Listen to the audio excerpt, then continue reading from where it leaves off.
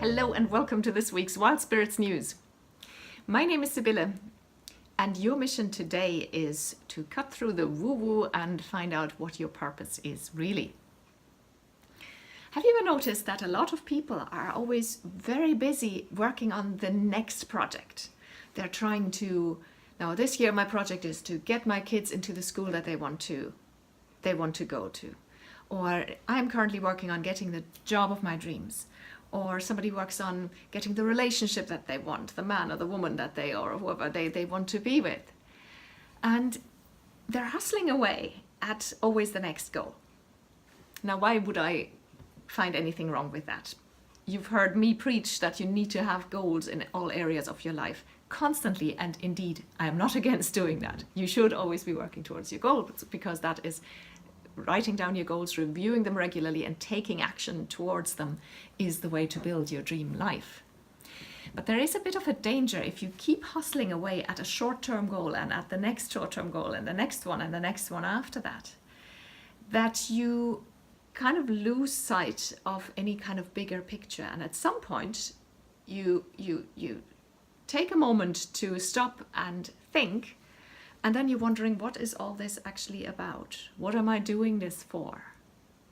And this is where a purpose comes in. And this is why today's task is called Enough with the Woo-Woo. What is a purpose? What is your purpose, really? Your first task is called Spot the Purpose.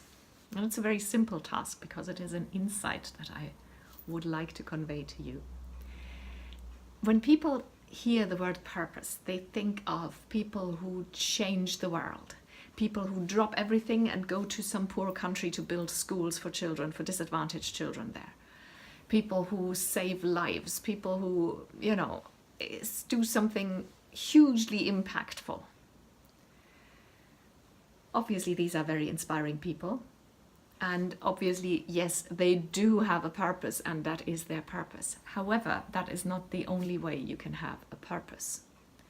And that's where the problem comes in, because a lot of people think as long as I'm not at least solving world hunger, I don't have a purpose, then that's not a purpose. And that is not true. So your first task is to realize that every single person has a purpose. You have a purpose.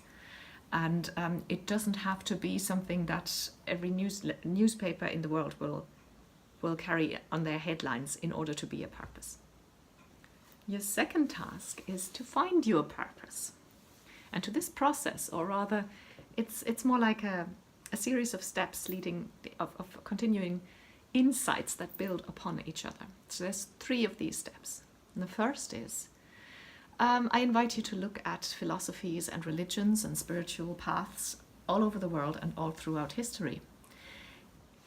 While they are vastly different, at the root or at the highest level, or even the most basic level, depending on how you look at it, they're all about love. They're about spreading love and existing in love, and the actions that result from this. There's ethics, like in Christianity you have the 10 Commandments, love each other, respect each other, being honest, not stealing, and all these kinds of things. So that is what results from a life that is about radiating love and spreading love, to help each other to act ethically and being honest, and so on and so forth. So that, at the most basic level, is everybody's purpose. That is the purpose of every human on this planet. That's the result of self-actualization to the highest degree, is love. It's existing in this high vibration of love. The second step is the connection between passion and purpose. Now, obviously, that is my work. This is what I do, but it's often misunderstood by people that they think their passion is their purpose or equals their purpose.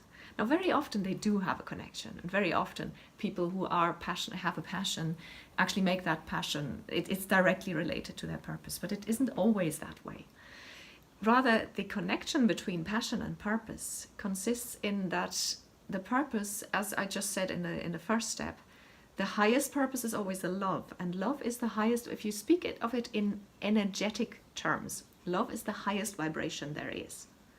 And passion being lit up and on fire about something, being so joyful, makes you radiate love and makes you, this is being passionate and joyful and doing something, taking action, pursuing your passion, brings you into the highest possible vibration, which is exactly the vibration of love, and it's exactly the vibration of purpose. So pursuing your passion will lead to your purpose because you already match the vibration. If you've ever read about the law of attraction, people think it's what you think is what you attract. No, it's more like the vibration that you match by your thoughts and your feelings. That is why you attract something of a similar vibration.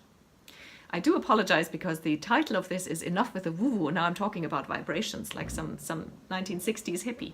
But this stuff is actually true, and a lot of it is science is beginning to catch up and for example, measure the electrical frequency of thoughts and stuff like that. So vibrations are not quite as woo-woo as they sound.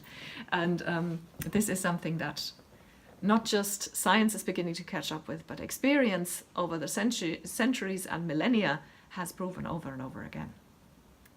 And the third point to finding your unique purpose is, first of all, to relax about it, because when it's a bit like trying to find love. If you're seeking somebody, if you're actively searching, this comes across, and it often comes across as a little desperate, and you probably know that when you're very much seeking somebody to fall in love with, that's usually when you repel love rather than attract it.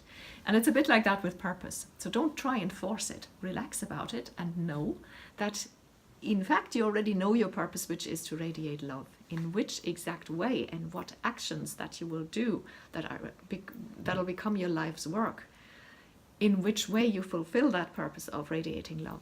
That is up for grabs, and it also might change all through your life. So your task there is to stick with your passion and seek out passion, seek out more passions if you're multi-passionate, and also things can change over the course of your life, and just be open to that. Your task is to exist in this high frequency as much as possible and be open to downloads from the universe or God or whatever you believe in, insights that will show you that you have actually hit on something that is your purpose. And again, that might even change over the course of your life, as long as it's aligned with your values, with who you are, with your passions, and with that highest purpose, which is radiating and spreading love. Your third task is to let me know.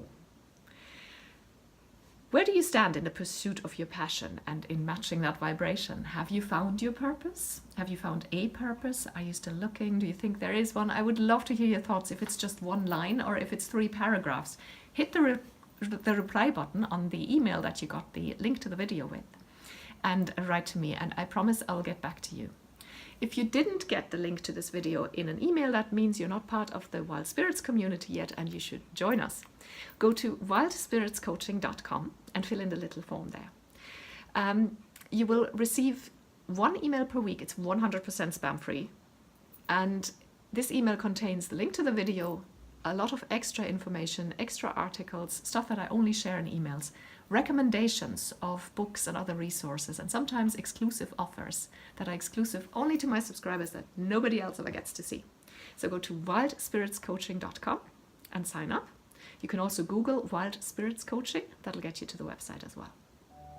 Thank you for watching.